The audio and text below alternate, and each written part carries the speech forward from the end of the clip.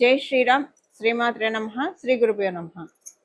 2026 సంవత్సరం మార్చి నెల 11వ తారీఖు ఖగోళంలో గోచారంలో ఒక విశిష్ట అంశం చోటు చేసుకుంటుంది. దేవగురువైన బృహస్పతి వక్రత్యాగం మార్చి 11వ తారీఖు జరుగుతుంది 2026 సంవత్సరం. తదుపరి జూన్ 2వ తారీఖు, జూన్ మొదటి వారం వరకు, మొదటి వారానికి ఆయన కర్కాటక రాశిలో ఆయన బంగారు పాదాన్ని మోపుతున్నారు.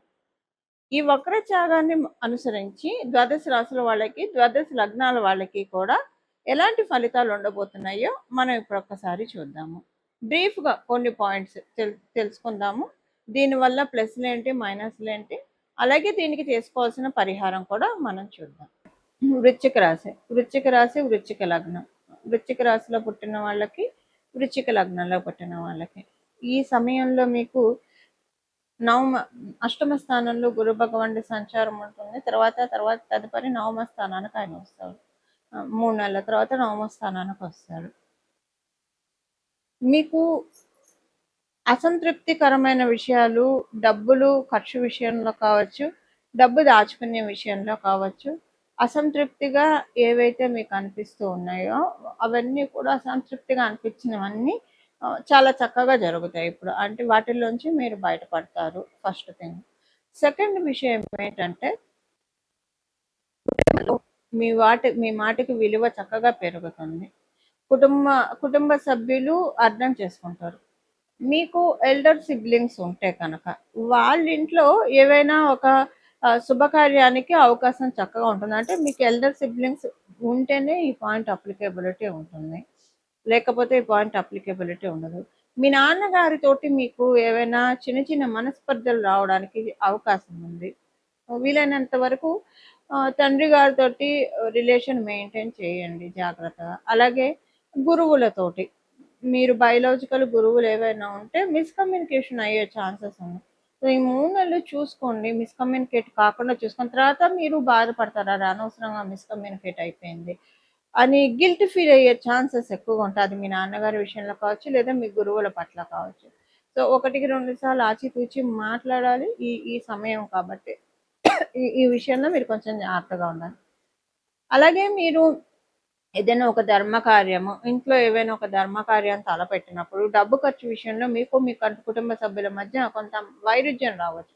ఇప్పుడు నేను చెప్పిన వాటిలో ఏదన్నా 3 ఏదో ఒకటి జరుగుతుంది. ఒకటి నాన్నగారితోటి డిస్ప్యూట్స్ వస్తే ఇహ గురువుతోటి రాదు, లేదంటే ఈ శుభకార్యాలు ఇవి తీసేసేయండి, ఇవి ఉండవు. గురువుతోటి వస్తే ఈ 2 ఉండవు. లేదా ఇంట్లో ఏదైనా శుభకార్యం ఉండి ఆ శుభకార్యంలో డబ్బు ఖర్చు విషయంలో భేదాభిప్రాయాలు వస్తే మిగతా 2 ఉన్నట్టు మీ నాన్నగారితో, మీ గురువుతోటి ఇది ఉండదు. 3 ఏదైనా ఒక దానికి ఛాన్సెస్ ఉన్నాయి. మీరు కనుక మీ హయ్యర్ స్టడీస్ చదువుతూ ఉంటే, లేదా మీ ఇంట్లో వాళ్ళు ఎవరైనా హయ్యర్ స్టడీస్ చదువుతూ ఉంటే కొంచెం చూసుకోవాలి మీరు. అంటే వాళ్ళకి అక్కడ కాంపిటేటివ్ సక్సెస్ అయితే చాలా బాగా ఉంది హయ్యర్ స్టడీస్ చదివే వాళ్ళకి. కాకపోతే ఆ టెన్షన్ విపరీతంగా ఉంటుంది. కొంచెం బ్యాలెన్స్ చేసుకుంటే కనుక చాలా చక్కగా ఉంటుంది. దాంతోపాటు ఏంటంటే మీకు మీ సంతానం పట్ల ఏవైనా దిగులు అవి ఉంటే బెంగ, అవన్నీ కూడా క్లియర్ అయిపోతాయి. అలాగే మీ ఆలోచనలలో మీకు ఏవైనా ఇది ఎందుకో అనుకున్నది అవ్వట్లేదు, ఎంత పోస్ట్పోన్ అవుతుంది, ఎంత లాగ్ అవుతుంది, ఎప్పటికి అవుతుంది, ఇది ఎప్పటికి తెగుతుంది ఈ విషయము అన్న విషయాలు ఏవైనా ఉంటే అవన్నీ కూడా సెటిల్ డౌన్ అవుతాయి. మంచి రికగ్నైజేషన్ వచ్చే టైం మీకు ఇప్పుడు ఇది. సో వీలున్నంత వరకు ఎక్కువగా భగవద్ధ్యానంలో ఉండడానికి ప్రయత్నించండి. చాలా చక్కటి శుభ ఫలితాన్ని మీరందరూ కూడా చూస్తారు. ఇప్పుడు చేసుకోవాల్సిన పరిహారం వచ్చి ప్రతిరోజు కూడా సాయంత్రం పూట, ఉదయం పూట, మీకు ఒకవేళ ఉదయం కుదరకపోయినా సాయంత్రం మటుకు స్కిప్ అవ్వకుండా చేయాల్సింది. సాయంత్రం 6 నుంచి 7 లోపల చేయాల్సిన పరిహారం. ఒకవేళ మీరు ఆఫీసులో ఉంటారు, కుదరదు అనుకుంటే ఇంటికి వచ్చాకైనా రాత్రి పడుకునే లోపలైనా చేయొచ్చు. పొద్దున సాయంత్రం 2 పూట్ల చేస్తే మంచిది. కుదిరిన వాళ్ళు, అవకాశం ఉన్నవాళ్ళు ఉదయాన్నే 6 నుంచి 7 లోపల, అలాగే సాయంత్రం 6 నుంచి 7 లోపల. అది కుదరని వాళ్ళు మీరు ఎప్పుడైనా సరే ఉదయాన్నే మీరు స్నానం చేసిన తదనంతరం చేయండి. ఇది వచ్చేసేసి 3 సార్లు చంద్రశేఖర అష్టకం పఠించాలి. చంద్రశేఖర పాహిమాం, చంద్రశేఖర రక్షమాం, ఈ అష్టకాన్ని, చంద్రశేఖర అష్టకాన్ని పఠించడం వల్ల ఇప్పుడు గురు భగవానుడు జీవకారకుడు.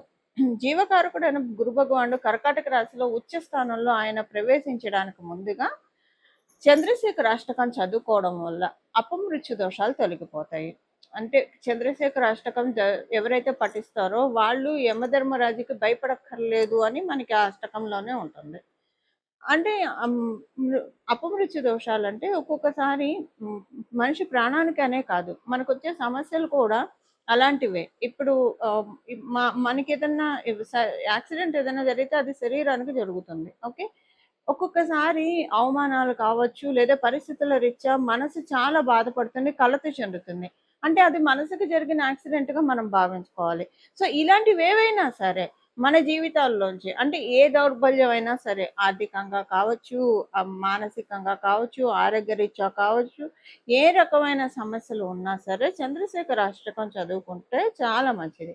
మీకు చదవడానికి కుదరకపోతే కనీసం వినండి, 3 సార్లు వినండి. 3 సార్లు చదివితే మంచిది.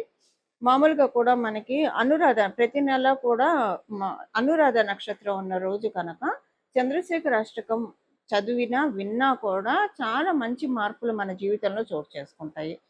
ఎందుకంటే మనకి దీర్ఘాయువునిచ్చేది 9 గ్రహాల్లో లాంగ్విటీనిచ్చేది సాటర్న్, శనేశ్వరుడు.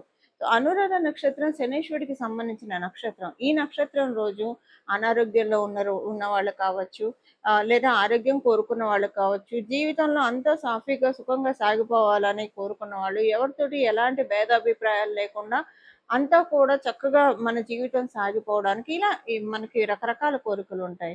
అలా ఉన్నవాళ్ళు అనురాధ ప్రతి నెల కూడా అనురాధ నక్షత్రం రోజు ఇది చదువుకుంటే చాలా మంచిది. ఇప్పుడైతే మనకి గోచారంలో ఈ విశేషాంశం ఉండడం వల్ల ప్రతిరోజు చంద్రశేఖర అష్టకం 2 పూట్ల ఉదయం మరియు సాయంత్రం 3 సార్లు, ఉదయం 3 సార్లు, సాయంత్రం 3 సార్లు చదవడం కానీ వినడం కానీ చేయండి. గురు భగవానుడు తర్వాత మీకు ఇచ్చే రిజల్ట్స్ చాలా అత్యద్భుతమైన ఫలితాలను ఆయన అందిస్తాడు. మనకి పరాశర సంహితలో ఒక విషయం ఉంటుందండి.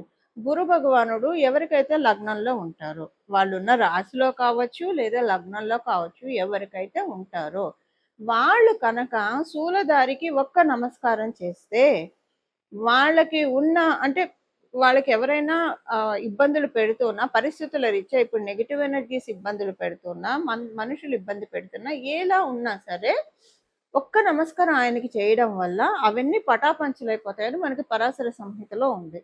శూలధారి అంటే పరమేశ్వరుడు. మన అంటే ఇంకా మనకి శూలధారులు చాలా మంది ఉన్న మన దేవీ దేవతలు ప్రధానంగా గురు భగవాన్ అంటే పరమేశ్వరుని సూచిస్తారు. చేయడం వల్ల చాలా మంచి ఫలితాలు వస్తాయి. ఇప్పుడు అందరికీ జాతకంలో ఇలాంటి గ్రహస్థితి ఉండాలని ఉండదు కదా. అందరికీ గురు భగవానుడు లగ్నంలో ఉండాలని ఉండదు, వాళ్ళ రాశిలో ఉండాలని ఉండదు. ఉన్న వాళ్ళకి ఇప్పుడు ఇది చేయడం వల్ల ఇంకా నక్క తోక తొక్కినట్లే. లేని వాళ్ళు కూడా ఈ బలాన్ని తెచ్చుకోవడానికి ఇప్పుడు మన దగ్గర ఒక వస్తువు లేకపోతే కొనుక్కొచ్చుకుంటాము. కొనుక్కొచ్చుకుంటే మనకు వస్తుంది. అసలు కొనుక్కోవడానికి డబ్బులు ఉండాలి కదా. ఆ డబ్బులు మనం సంపాదించుకుంటే ఏదైనా వస్తువు మనకు కావాలంటే వస్తువు కావచ్చు, ఇల్లు కావచ్చు, స్థలం కావచ్చు, బలం కావచ్చు, వాహనాలు కావచ్చు, కొనుక్కోగలుగుతాం. సో అలా సంపాదించుకుంటే మన ఇంట్లో కూడా ఉంటుంది. అలా ఇప్పుడు మన జాతకంలో ఎవరి జాతకంలో అయినా గురు భగవానుడు లగ్నంలో కావచ్చు, రాశిలో కావచ్చు లేకపోతే దాన్ని కొనుక్కోవాలి. కొనుక్కోవడం అంటే ఏం చేయాలి? ఏం చేయక్కర్ల, మీరేం డబ్బులు ఖర్చు చేయక్కర్లా. మీ సమయాన్ని వెచ్చించాలి. మీ సమయాన్ని వెచ్చించి ప్రతిరోజు 3 సార్లు కనుక జూన్ వరకు ఉదయాన్నే సాయంత్రం చదవడం వల్ల మీ జన్మజాతకంలో లగ్నంలో లేదా రాశిలో గురు భగవానుడు ఉన్నా లేకపోయినా కనీసం 3 ఇయర్స్ వరకు మీరు అలాంటి తదనుగుణమైన ఫలితాలను తీసుకోవడానికి ఒక ఎలిజిబిలిటీని తెచ్చుకున్నట్లు అవుతుంది. ఒక ఎలిజిబిలిటీ. ఇప్పుడు ఏదైనా డిస్కౌంట్లో ఏమన్నా దొరుకుతున్నాయంటే అందరూ వెళ్ళి ఎలా తీసుకుంటాం, ఇలా గోచారంలో మనకి భగవంతుడు ఇస్తున్న అవకాశాన్ని మనం అందిపుచ్చుకుంటే కనుక గురుబలాన్ని చక్కగా పెంచుకోవచ్చు. ఇప్పుడైనా కదా, నేను మళ్ళీ ఇంకొకసారి చెప్తున్నాను, ప్రతి నెల అనురాధ నక్షత్రం ఉన్నప్పుడు కూడా చంద్రశేఖర అష్టకాన్ని 3 సార్లు ఎవరైతే చదువుతారో, శ్రద్ధతో భక్తితోటి చదువుతారో వింటారో వాళ్ళకి చాలా అంటే చాలా ఉత్తమమైన ఫలితాలు వస్తాయి.